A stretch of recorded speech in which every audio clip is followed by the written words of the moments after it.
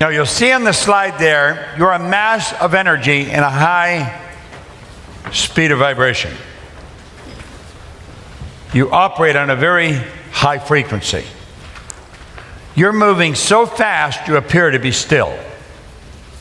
But I'm going to tell you, nothing about you is still. It's moving at a very, very high speed. If we were to photograph your body with Kirlian photography, that's the way you would look. Your body would be a glistening, radiating, gleaming form.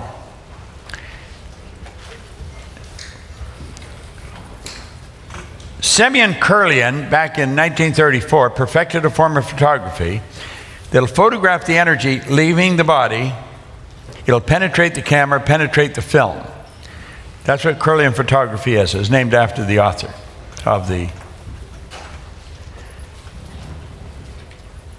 That's how you and I look, in truth. If you were to stand in front of an infrared television camera in a completely dark room, you would be a glistening, radiating, gleaming form. Now, let's think. A frequency is a level of vibration. Okay? There's an infinite number of frequencies. There's no end to them. Everything you see, this is paper. We call it paper because of the speed it's moving at. At one time it was called wood. Okay? We call it wood because of the speed it was moving at. We talked yesterday where you take water. We call it water, it's energy because of the speed it's vibrating at. And we put heat to it, then we call it steam. It's the same energy. You saw here how energy transferred. Tapped his shoulder, she felt it. These are not accidents. Now look here for a moment. Let all these lines represent levels of vibration. There's an infinite number. Every frequency is hooked up to the one above and the one below. There's no line of demarcation where one stops and the other starts. Now, if you understand this in depth, that means everything in this universe is connected. There is only one power. It manifests in many different forms. We think we're different. We only appear to be different. We're not different at all. We're all exactly the same. We just do different things. We think different thoughts. We're involved in different ideas. But we are all connected. And I think when we really get that straight in our mind, a lot of the problems that we have go away. Einstein said the intuitive mind is a sacred gift. The rational mind is a faithful servant. We've created a society that honors the servant and has forgotten the gift. You see, you got all those higher faculties, perception, the will, imagination, reason, intuition, and the will. They're totally different than any other form of life. All the other little forms of life operate by instinct, which is perfect. They go by what they see, hear, smell, taste, touch. This is so important we start to understand this in some depth. We're going to use these higher faculties to start doing the things we want to do. Now, what we want to do is control the flow of thought energy. We want to let it flow freely to and through us, improving everything with which it connects. See, when it flows into us, it has no form. We give it form. We give it direction. And it's important that we start to understand this.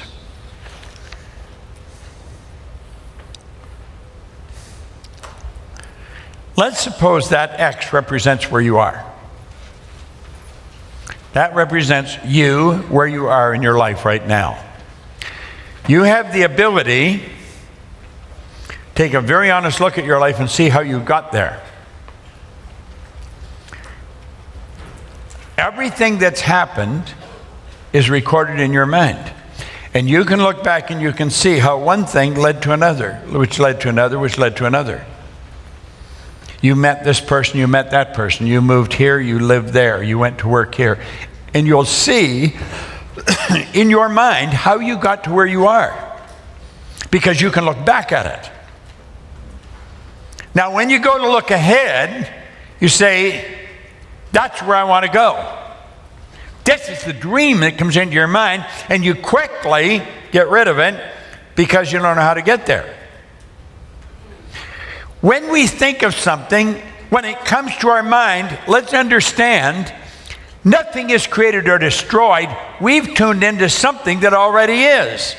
And rather than let it go, what we want to understand is that there is a place. It's a frequency that we tuned in on, way beyond where we're at in our own consciousness. If we can see it in our mind, we can hold it in our hand. We don't want to just let it go. Let's realize if we can see it in our mind, we can hold it in our hand. There is where I want to go. There is a place. This is real. This isn't just some fancy idea. That's why von Braun told Kennedy, President Kennedy, it would take the will to do it. The ability to focus on that idea, to stick to your knitting, as I say, focus on that idea to the exclusion of all the other nonsense that's coming at you. Don't pay any attention to the people who tell you why you can't. You're going to stay focused.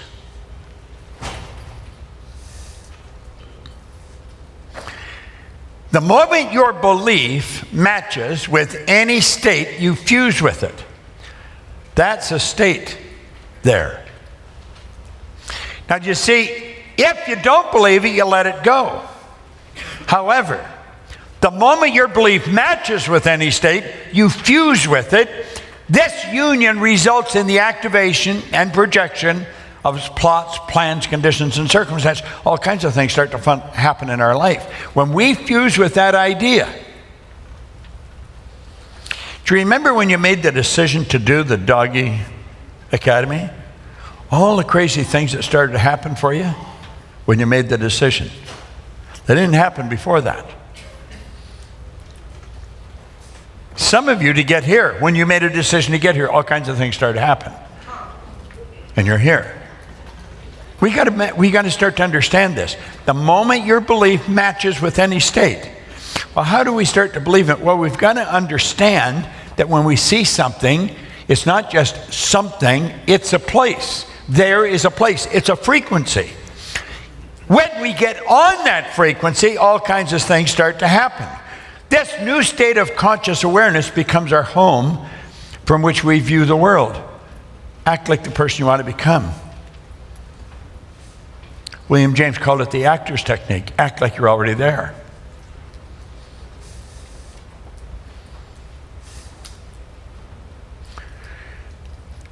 It's your workshop, and if you're observant, you'll see outer reality shaping itself upon the model of your imagination. This is so powerful. You're a creative being. How did he create that illusion? In his mind. When you move on to a higher frequency, you're going to be communicating with a world that's totally foreign to and beyond the reach of your five senses. Now, until we start studying this, we go by what we hear, see, smell, taste, touch. We've got to get away from that. We really have to start to understand.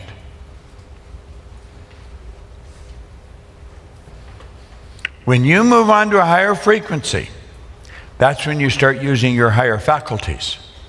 You don't go by what you hear, see, smell, taste, touch. You go by what you can see in your mind nobody else can see. Now, there is a place. Steve Jobs made it very clear. He said, you cannot connect the dots looking forward. You can only connect them looking backwards. So you have to trust the dots will somehow connect in the future.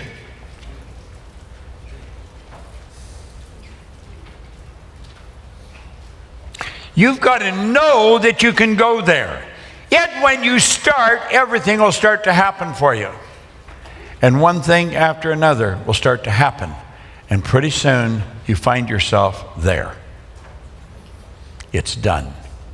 And when you get there, you're going to start to become aware that you could have gone there. Isn't that a bitch?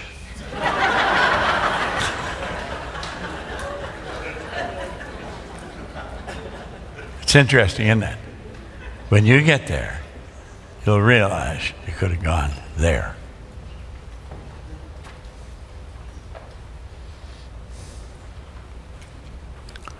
You've got to control the flow of the thought energy. You've got to let it flow freely. You can't entertain a lot of doubt and worry. It won't work. Okay? To move to a considerably higher frequency of thought, you must first consent. It's got to be your decision. Then you've got to adapt to the ideas and feelings this new frequency represents. So you see, it's not good enough just to read it in the book or listen to me talk about it. This is where you've got to do it. This is where you've got to do it.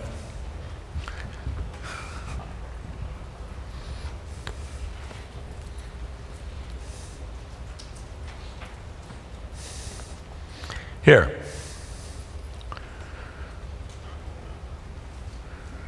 The future must become the present in the imagination of the one who would wisely and consciously create circumstance. We must translate vision into being, thinking of into thinking from.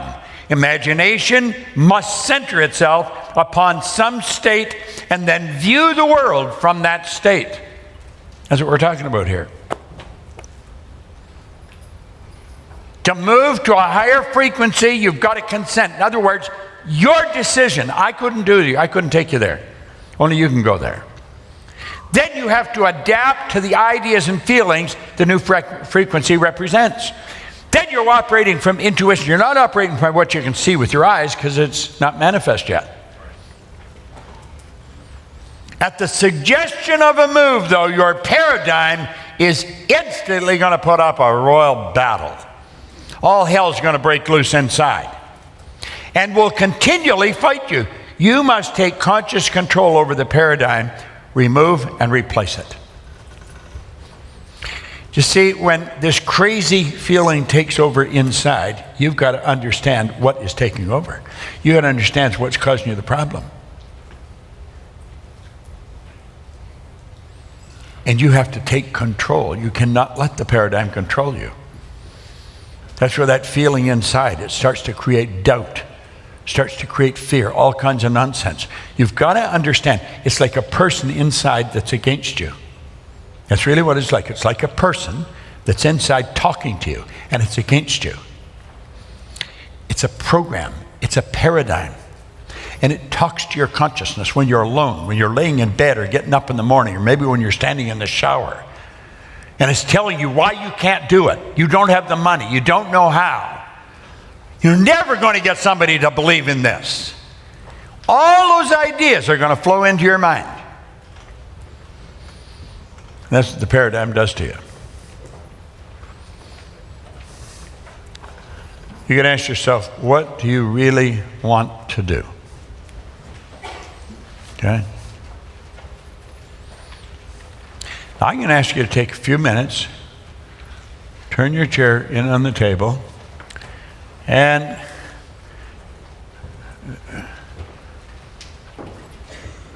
talk to each other about what we've just covered here. Carry on a conversation about it.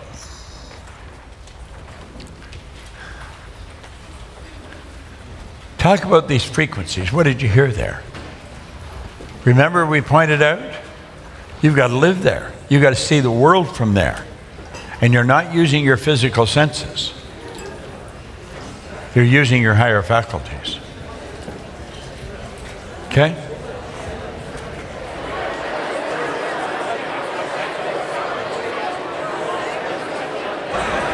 Let me have your attention for a moment. Hello, hello.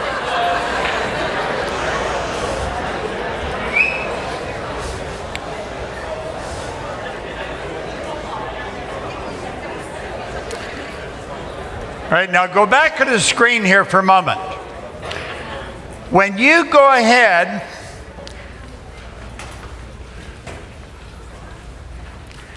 and you look at that space, or look at what it is you want, we refer to that as a C-type goal. It's a goal that you don't know how to get there. Now, what do you do? This is what I want you to talk about for the next 10, 15 minutes. I want you to share with the group, what do you do to attempt to keep that C-type goal in your mind as if in present tense with all the nonsense going on around you, with the problems that you're facing, maybe the lack of money, or the loved ones telling you you're crazy, you're wasting your time, get a job. What do you do?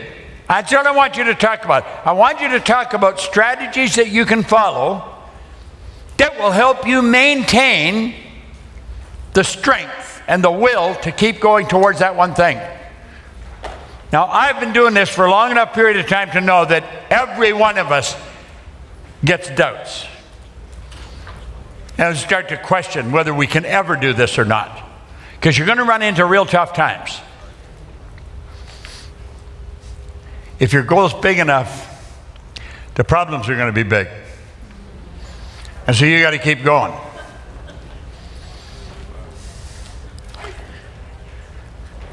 I think I mentioned, I'm not sure if I mentioned here or not, Milt Campbell was a very good friend of mine. Milt had a key to our house. Whenever he came to Toronto, he could go there, didn't matter whether we were there or not. He won the silver medal in Helsinki in 1952 in the decathlon. He was going for a gold. Bob Mathias had won it in 48, and he won it again in 52. So Milt was standing on the second step with Mathias on the first step. He said, I made up my mind 4 years from now, I would come back and I would get the gold. 4 years later, he and Rayford Johnson were running through the Olympic Village down in Melbourne, Australia, and Rayford said to Milt, what do you think is going to happen? Milt said, Rayford, you've wasted your time coming here. This one's mine. Now, in 52, when he made a commitment to do that, that meant he was going to have to train every day for 4 years. They compete in 10 different events. The decathlon must be grueling. He didn't have the money. But he made the commitment. When you make the commitment, when it's not just something you hope can happen, something you wish could happen. When you make a commitment, you don't do it if it's convenient, you do it regardless. There's a difference. He got the idea, he went to the American government and said, listen, I'll run under your colors, I'll join the service if you send me to a warm climate and give me a damn good coach. He was from Plainfield, New Jersey, but he ended up spending the next 4 years in San Diego with a good coach. He was being looked after because the idea came to him. But he didn't have the idea when he made the commitment. If your goal is big enough, you're going to run into a couple of mountains. And you've got to just treat it as necessary because it's the mountains that strengthen you. It's the problems you have that strengthen you. Now, what do you do? That's what I want you to talk about. When you hit these walls, what do you do? Because you may have an idea that'll help somebody else at the table. Go ahead. I hope you enjoyed this video. We put a lot of good information up here, and it causes everything in your life to get better. If you'd like us to notify you every time we put a new video up, hit subscribe and then turn on notification. Check out all our videos, and we will notify you when we put a new one up.